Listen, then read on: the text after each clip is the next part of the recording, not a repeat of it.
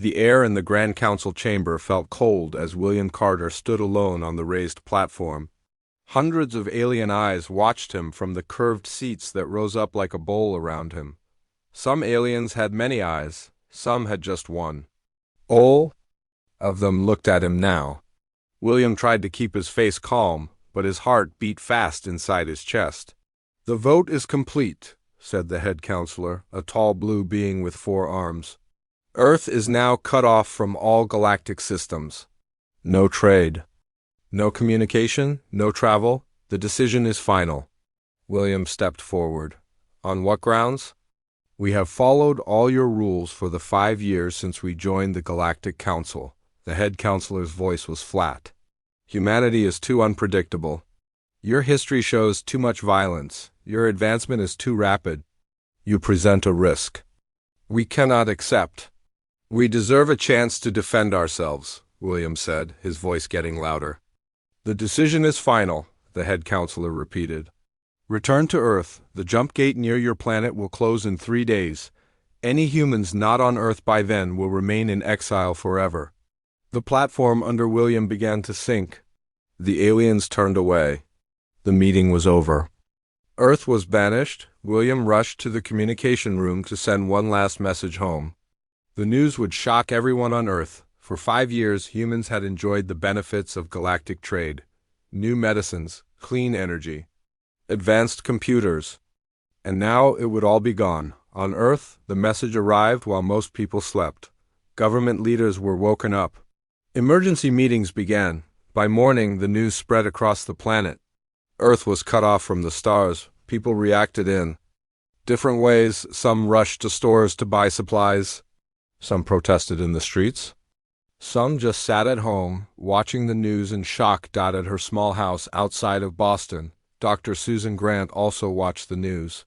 But unlike most people, she was not surprised. As Earth's top expert on alien technology, she had seen signs that not all aliens welcomed humans to the galactic community. Susan's phone rang. It was her boss at the Global Science Division. "Susan, we need you at the lab now," he said. "The aliens are leaving, but they're leaving some things behind. Things we need you to look at." Susan grabbed her bag and rushed to her car. As she drove to the lab, she saw people crowding the streets. Some looked angry, some looked scared.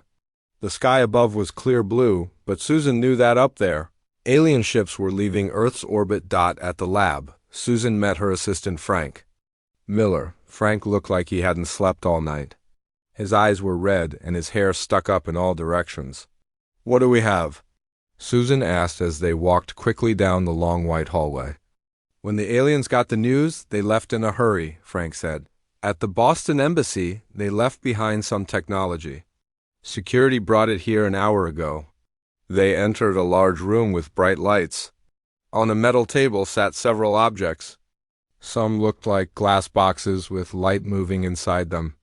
Some looked like metal discs with strange patterns." Susan put on special gloves and picked up one of the discs.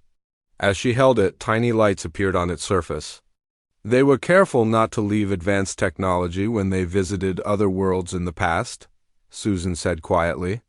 "Why would they leave these things now?" Frank shrugged. "Maybe they left in too much hurry?" Susan shook her head. "The Galactic Council plans everything carefully. If these items are here, there's a reason." For the next few hours, Susan and Frank studied the strange objects. They took pictures, they measured energy fields. They compared the objects to notes from their past studies of alien technology. As the day went on, more reports came in. Alien embassies around the world had left similar items behind. Some governments wanted to destroy the alien technology, fearing it might be dangerous. Others wanted to study it, hoping it might help Earth survive without galactic support. That night, as Susan looked at the data on her computer, she noticed a pattern. The objects left behind weren't random. When analyzed together, they showed parts of a bigger system. A system Susan recognized from her studies. "Frank," she called to her assistant, who was half asleep at his desk. "Look at this." Frank came over, rubbing his eyes. On Susan's screen was a diagram she had drawn, connecting the functions of all the objects. What am I looking at? Frank asked. The basics of a jump drive, Susan said, her voice barely above a whisper. The technology that allows ships to travel between stars. Frank's eyes went wide.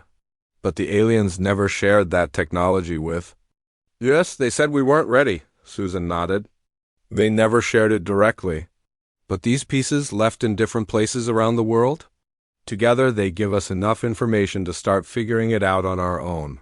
Why would they do that? Frank asked. Why ban us but leave us clues to build the very technology that could let us follow them? Susan leaned back in her chair, thinking hard. What if the ban isn't what it seems? What if it's not just punishment? What if it's a test? Outside the lab, the world was still in chaos. Governments argued about what to do next. People worried about losing alien medicines and technology. The global economy struggled as trade with alien worlds suddenly stopped, but in her quiet lab, Susan Grant felt something new growing inside her. Not fear, not anger, but determination. They didn't just banish us, she said to Frank. They challenged. U.S. 3 days after the announcement, as promised, the jump gate near Jupiter closed. One moment it was there, a massive ring of energy that had allowed travel to distant stars. The next moment it was gone. Telescopes across Earth recorded the event. For many, it felt like a door slamming shut, but Susan Grant saw it differently. She requested a meeting with world leaders. She showed them her findings about the technology left behind. She proposed a bold plan. The aliens think they know us, she told the room full of serious faces. They think they know what we'll do when cut off from their help. Maybe they expect us to fight among ourselves. Maybe they expect us to give up, Susan pointed to her diagrams. But we can prove them wrong. We can show them that humanity doesn't need their permission to reach the stars. We can build our own way back. For a moment, the room was silent. Then slowly, one by one, the leaders began to nod. The galaxy had banished Earth. Humanity would respond without hesitation. 5 years passed since Earth was cut off from the galaxy. The first year was the hardest. Without alien medicine, some people got sick. Without alien technology, some systems failed. Countries blamed each other. People were afraid, but humans are good at one thing, surviving. Old enemies became friends when they faced a common problem. Countries that once fought now shared resources. Scientists from around the world worked together.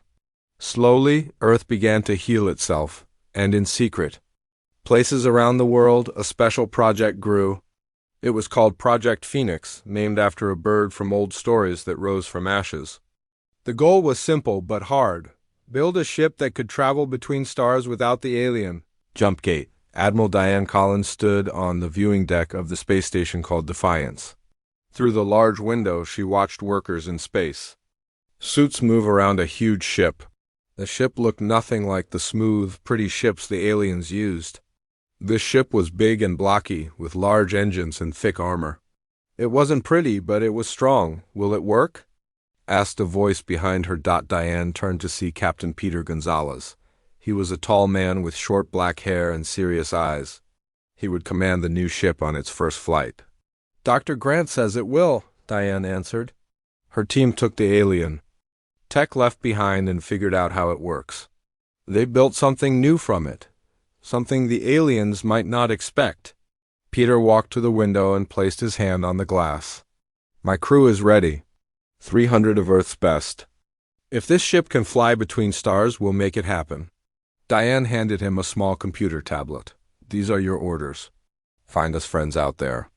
The aliens who left us behind have many enemies. Many races who are treated badly by the Galactic Council. Find them. Show them that Earth wants to be friends. Peter took the tablet and nodded. And if we find the ones who banished us? Diane's face grew hard. Avoid them if you can. We're not ready for that fight. Not yet. The next day, crowds gathered around screens all over Earth. Everyone wanted to see the first human-built starship leave. The ship had a name now, painted in big white letters on its side. Perseverance. In the ship's control room, Peter sat in the captain's chair. Around him, his crew worked at their stations. Some looked nervous, Some looked excited. All knew that today would change human history forever. "Engine check complete," said the chief engineer, a woman named Karen Patel. "All systems green." "Navigation ready," said the pilot, John Rivera. "Course is set for the Proxima Centauri system." Peter pressed a button on his chair. His voice would be heard by everyone on the ship and everyone watching on Earth. "This is Captain Gonzalez. Today we take back what was taken from us, our place among the stars. We go not for revenge, but for humanity's future. We are the bridge between Earth and the galaxy." He nodded to John. "Take us out, slow and steady." The huge ship moved away from the space station. Its engines glowed blue as it picked up speed. People on Earth held their breath as they watched. "Preparing for jump," John said. "Jump engines online." This was the moment of truth. The jump engines were built based on the alien technology left behind. Dr. Grant and her team had worked for 5 years to understand and rebuild this technology. If it worked, the ship would travel faster than light to the nearest star system. If it failed, the ship and crew might be lost forever. "Jump in 3, 2, 1, John counted down. For a second, nothing seemed to happen. Then the space around the ship began to bend and twist. A flash of light surrounded the Perseverance. And then it was gone. On Earth, screens showed only empty space where the ship had been. No one knew if it had worked or failed. All they could do was wait. On the Perseverance, the crew felt a strange pulling feeling. Some felt sick, some felt like they were being stretched. The ship shook and creaked, lights flickered. For 30 seconds, it felt like the ship might break apart. Then everything was calm. The stars outside the windows looked different. "Jump." "Complete," John said, checking his instruments. We're at Proxima Centauri. It worked." The crew cheered. Peter allowed himself a small smile before raising his hand for quiet. "We made it, but our mission is just starting," he said. "Scan the system. Look for any signs of alien activity." The sensors officer, Lisa Chun, worked at her station. "I'm detecting an artificial structure on the 4th planet?" "It's some kind of outpost or station," Peter nodded. "That's our target." The intelligence we gathered before the banishment suggested that a race called the Vrell might have a small base here. They were not friendly to us, but they weren't our main enemies either. "Should we contact them?" asked the communications officer, Ben Garcia. "Not yet," Peter said.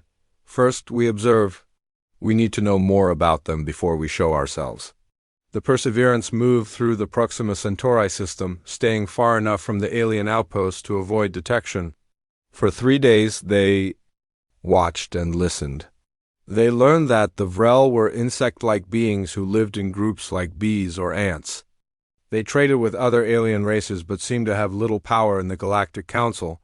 Most importantly, the crew discovered that the Vrell were sick. Their communications mentioned a disease that was killing many of their young. They had asked the Galactic Council for help, but no help had come. After listening to these messages, Peter called a meeting with his senior officers and Lavra Howard, the ship's diplomatic officer. "I think we found our opening," Peter said.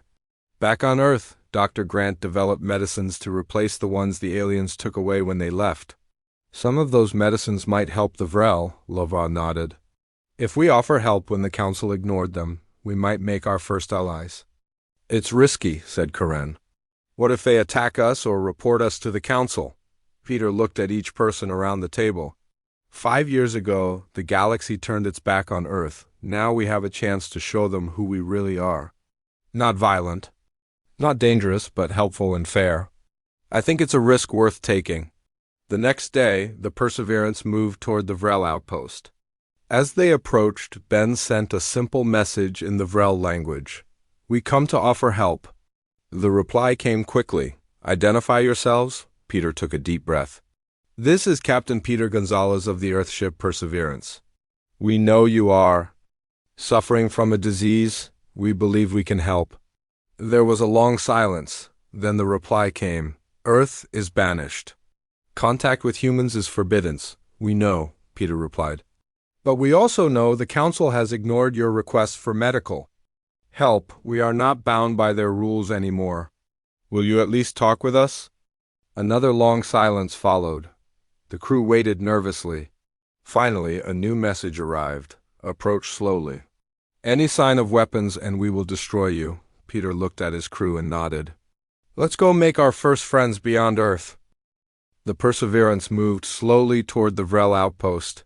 It was a strange structure that looked like a giant beehive made of metal and glass. Small ships moved around it like bees around a flower. Captain Peter Gonzalez and Lavra Howard, the diplomatic officer, prepared to meet the Vrell. They chose to take a small shuttle rather than bring the large human ship too close. 4 security officers went with them, but their weapons stayed hidden. They needed to appear peaceful. Remember, Lavra said as their shuttle approached the outpost, the Vrell think very differently from us. They are a hive mind. They care more about their group than individuals. Peter nodded. Our goal is simple. Show them we can help with their disease, make friends, learn more about what's happening in the galaxy since we were cut off. The shuttle docked at the outpost. When the door opened, the humans saw 5 Vrell waiting for them. The aliens looked like tall praying mantises with 4 arms and large, multicolored eyes. Their bodies were covered in a hard shell that shimmered in the light. We are surprised to see humans, said one Vrell, its voice clicking and buzzing. The Council forbids all contact with Earth. Lavra stepped forward and bowed slightly. We thank you for meeting with us despite that rule. I am Lavra Howard, and this is Captain Peter Gonzalez. We come in peace. The lead Vrell's antennae twitched. I am Coordinator Zicht. How did you travel here? The jump gate to your system was closed. We built our own ship, Peter said simply. Earth has not been idle these past 5 years. The Vrell's eyes widened. They spoke to each other in quick clicking sounds. Finally, Zicht turned back to the humans. This changes much. Follow us to the meeting chamber. We will talk there. The humans followed the Vrell through curved hallways. The air smelled sweet, like honey and flowers. Other Vrell stopped to watch them pass, their antennae moving with interest. In the meeting chamber, the humans sat at a low table across from the Vrell. Zicht spoke first. The council told all races that humans were dangerous, that you would destroy yourselves without their guidance. Yet here you are with your own starship. This is unexpected.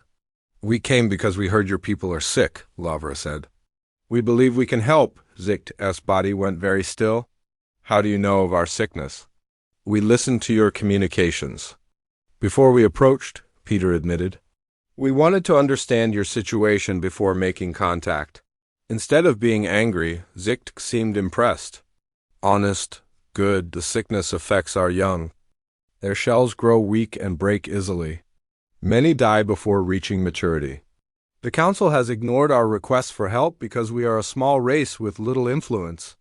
Lavra opened a small case she had brought. Inside were vials of medicine. Our scientists studied similar diseases that affect human children. We believe this medicine can strengthen your young ones' shells and help them survive. The Vrell examined the medicine with special tools they took from the wall. After several minutes, Zicht's antennae raised high. This chemistry is compatible. With our biology, it might work, but why would you help us? We did not speak against your banishment when the council voted. Peter leaned forward. Earth is looking for friends, not settling old scores. The council turned its back on both our worlds. Perhaps we can help each other now. For the next few hours, the humans and Vrell talked. The humans learned much about what had happened in the galaxy during Earth's isolation. Many smaller races, like the Vrell, were unhappy with how the powerful council races treated them. Resources were not shared fairly. Technology was kept from races the council deemed not ready. In return, the humans shared information about how Earth had survived and grown stronger after being cut off, how old enemies had put aside their fights to work together, how humanity had taken the scraps of alien technology left behind and built something new from them. By the end of the meeting, Zicht made a decision. We will try your medicine. And we will not report your presence to the council. But we must see if the medicine works before we can discuss more. The humans returned to their ship to wait. 3 days later, Zicht contacted them with exciting news. The medicine was working, the shells of the young Vrell were growing stronger. Lives were being saved. When Peter and Lava returned to the Vrell outpost, they found a different welcome. Vrell gathered around them, their antennae bobbing, and what the humans learned was a sign of respect and gratitude. "You have helped us when the great races would not," Zicht said. "Now we will help you. There are others like us. Small races who the Council ignores. Races who might welcome human friends." Zicht showed the humans a star map. "These systems have races who feel as we do. Some have resources you might need. Some have technology to trade. All have reason to question the Council's wisdom." Lavra studied the map with great interest. "This is exactly what we hope to find. Not just one friend, but many." Zicht's voice became quieter, but be warned. If the Council learns of this, they will not be pleased. They banished Earth because they feared you. If they see you reaching out to other races, building your own alliances, they will fear you even more. Peter's face was serious. "We understand the risk. But Earth cannot stay isolated forever. We must find our own place in the galaxy, even if the Council doesn't approve." Before the humans left, Zicht gave them one more gift: information about Council patrol routes and communication codes. "To help you avoid detection," the Vrell explained, "until you're ready to be seen." Back on the Perseverance, Peter called a meeting with his senior officers. He showed them the star map and explained what they had learned. "The Vrell have given us a path forward," he said. "A way to build connections with other races who have also been treated poorly by the Council. This isn't just about Earth anymore. It's about creating a new kind of community in the galaxy. One based on helping each other rather than control and fear." Over the next few months, the Perseverance visited the system Zicht had marked. At each stop, they found new allies. The Duranti, a race of small but clever builders who could fix almost anything. The Mrath, gentle giants who lived on gas planets and controlled valuable mining operations. The Quill, who looked like walking plants and who grew food that could feed many different kinds of beings. To each race, the humans brought something valuable. Sometimes medicine, sometimes technology Earth had developed on its own. Sometimes simply a willingness to listen and treat the other race as equals. Word began to spread quietly among the stars. Humans had returned to space, and they were not the dangerous monsters the Council had described. They were builders, healers, and friends. When the Perseverance finally returned to Earth after 6 months in space, it carried representatives from 7 different alien races. The first step in what Lavra Howard called the Shadow Alliance had begun. Earth was no longer alone in the galaxy. 3 years passed since the Perseverance made first contact with the Vrell. Earth was no longer alone in the universe. The Shadow Alliance grew stronger each month as more races joined. Ships traveled between friendly worlds, sharing resources, technology, and ideas. Earth had changed too. 7 new ships like the Perseverance now traveled the stars, each one bigger and better than the last. Human cities began to rebuild with help from alien friends. The fear and anger from the banishment faded as hope took its place. Commander Nicole Evans stood on the balcony of the human embassy on Teradus, a neutral trading world far from Council space. Teradus was home to many different races, some loyal to the Council, some part of the Shadow Alliance, some just trying to mind their own business. It was a good place to hear news and rumors from all parts of the galaxy. Nicole's job was to protect the human diplomats who worked here and to gather information. Today, she waited for an important meeting. Her source had contacted her that morning with news too sensitive to share over communications. A hooded figure approached her table. Nicole recognized the bumpy skin of a Mrath, one of the giant aliens, who had joined the Alliance early on. "Commander Evans," the Mrath said quietly, sitting down across from her. "Thank you for meeting me." "You said you had important information, Gorvin," Nicole replied. "Something that couldn't wait." Gorvin looked around to make sure no one was listening. "My cousin works in the Council archives. She found something you need to see." He slid a small data device across the table. Nicole took it and slipped it into her pocket. What is it? The real reason Earth was banished, Gorvin said. It wasn't about human violence or unpredictability. It was about potential, Nicole frowned. What do you mean, potential? See for yourself, but be careful who you share it with. This information could start a war. When Gorvin left, Nicole went straight back to the embassy. In her secure office, she plugged the data device into her computer. What she saw made her blood run cold. The device contained council documents from before Earth's banishment. Secret studies of human development. Predictions about how quickly humans would advance if given access to galactic technology. And most shocking of all, reports of other races who had been banished like Earth in the past. Nicole immediately called for an emergency transport back to Earth. This information was too important to send electronically, too important to trust to anyone else. She needed to deliver it personally to Earth's leaders. 2 days later, Nicole stood in a secure room deep beneath New Geneva, Earth's new capital city.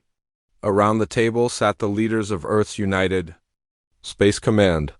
Admiral Collins was there, her hair now more gray than brown.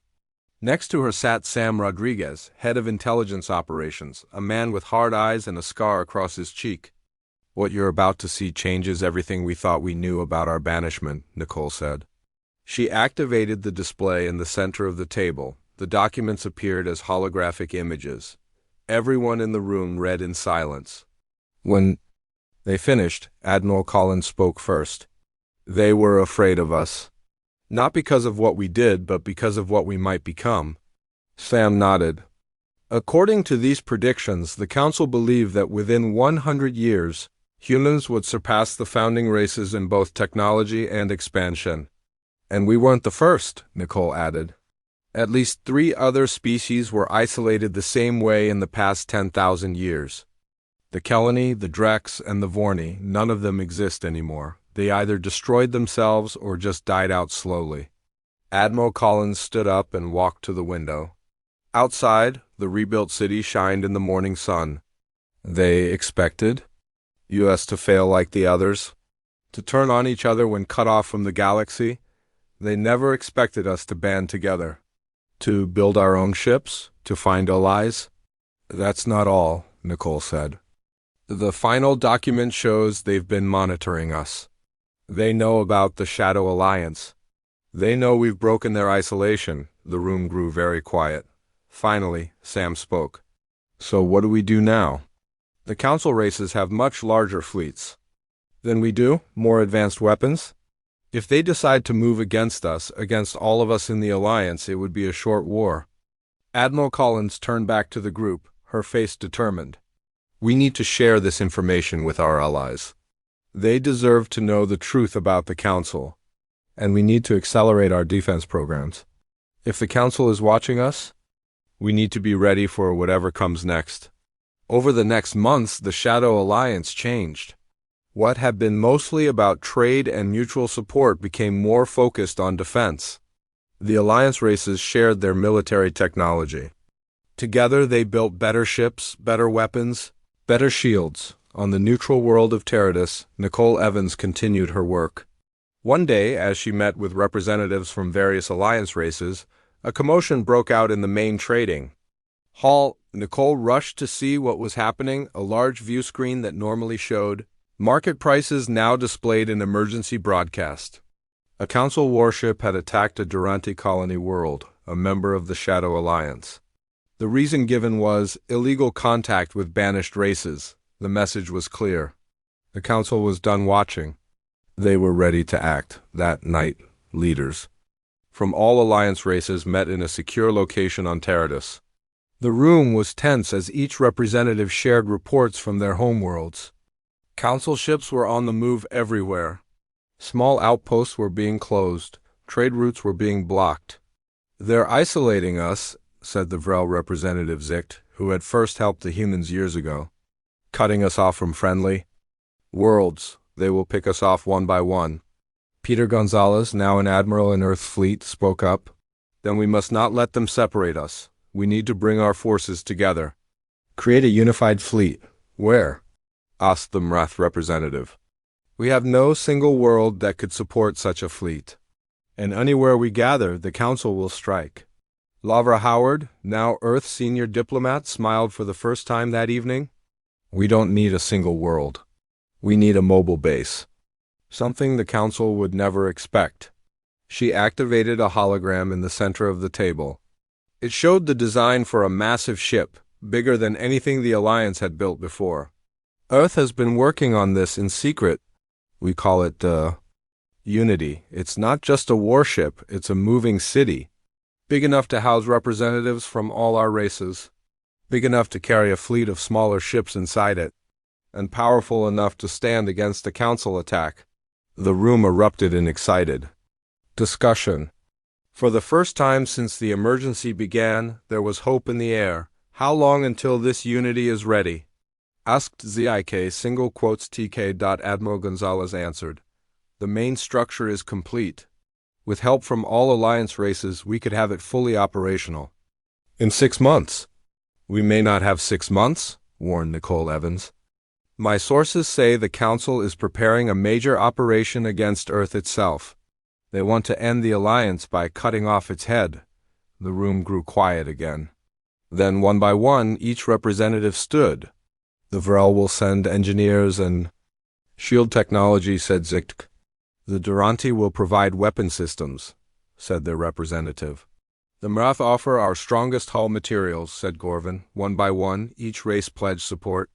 The message was clear. If the Council wanted to destroy the Alliance, they would find not a scattered group of weak races, but a united force ready to defend itself. As the meeting ended, Admiral Gonzalez pulled Nicole aside. We need to warn Earth. Get our people ready. Nicole nodded. I'll leave tonight. But Peter, if the Council really comes in force, can we win this fight? Peter looked at the stars visible through the window. I don't know, but I do know this.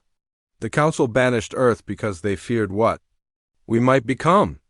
Now they'll find out if they were right to be afraid. 10 years had passed since Earth was banished from the galactic community. What the Council had intended as a death sentence had instead given birth to something new and powerful.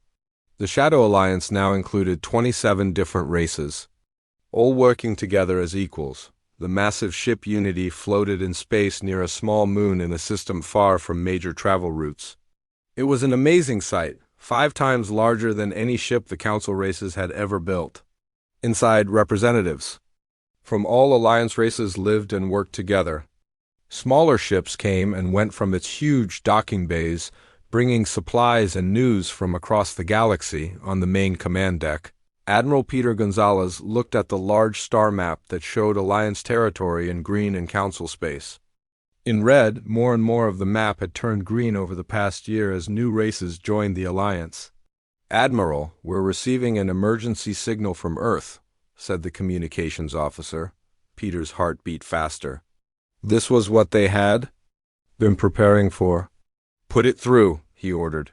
The screen showed Nicole Evans, now head of Earth's defense forces. Her face was serious. The Council fleet has been spotted entering our solar system. 50 ships, including 3 dreadnoughts. They'll reach Earth in 6 hours. Peter nodded calmly, though he felt anything but calm inside. The Unity is ready. We'll jump to Earth immediately. Hold them off as long as you can. We will. Evans out. Peter turned to the bridge crew, a mix of humans and aliens working side by side. Send the signal to all Alliance ships. Operation Vindication is now active. Throughout the Unity, alarms sounded. Alliance members rushed to their stations. Fighter pilots ran to their ships. In the engine room, engineers prepared the massive jump drives that would take them to Earth. Lavra Howard, now Earth's senior ambassador, joined Peter on the command deck. So the Council has finally made their move, she said quietly. Yes, and we'll make ours. Peter's voice was firm. We've planned for this day. We're as ready as we'll ever be. Lavra looked at the countdown timer on the main screen. Peter, if we lose this battle, Earth could be destroyed. The Alliance could fall apart. Peter took her hand briefly. We won't lose. The Council expects to find a single planet trying to defend itself. Instead, they'll find the combined strength of 27 worlds. The jump engines powered up with a deep humming sound that ran through the whole ship. The countdown reached 0. Space outside the windows bent and twisted. Then, with a flash of light, the Unity and its escort of 500 ships jumped toward Earth. They arrived in Earth's solar system just as the Council fleet approached the planet. The Council ships were arranged in perfect formation, their weapons ready to destroy a world that had dared to defy them. "Send a message to the Council fleet," Peter ordered. "All channels, all languages." He stood tall as the camera focused on him. "Council forces. This is Admiral Peter Gonzalez of the Alliance ship Unity. You have entered protected space without permission. You will power down your weapons and withdraw immediately." For a long moment there was no response. Then a face appeared on the screen. It was the head counselor, the same blue four-armed being who had banished Earth 10 years ago. He looked shocked to see humans commanding such a massive ship. "This is illegal," the head counselor said. "Earth is under banishment. These other races have violated our laws by helping you." "Your laws no longer apply to us," Peter replied. "The Alliance is a free association of independent worlds. We answer to no one but ourselves." The head counselor's face darkened. "Then you leave us no choice. Your rebellion ends today." The Council ships moved to attack. But as they did, Alliance ships appeared from behind moons and asteroids where they had been hiding. Earth's defense fleet rose from the planet's surface. In moments, the Council forces found themselves surrounded. "Last warning," Peter said. "Withdraw now." The head counselor gave the order to fire. Energy beams shot out from the Council ships, but they hit the advanced shields of the Alliance vessels.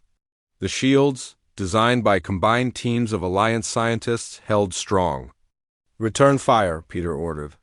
"Disable their engines and weapons only. No destruction if we can avoid it." The battle was short but intense. Council ships had always relied on their technological advantage, but now they faced technology created by the combined genius of 27 different races. Within an hour, half the Council fleet had been disabled. The rest retreated, jumping away to safety. Only the head counselor's ship remained, its engines damaged and unable to escape. "Bring that ship aboard," Peter ordered. "It's time for a long overdue conversation." In the main conference room of the Unity, representatives from all Alliance races gathered. At the center stood the head counselor and 5 other council members, who had been captured.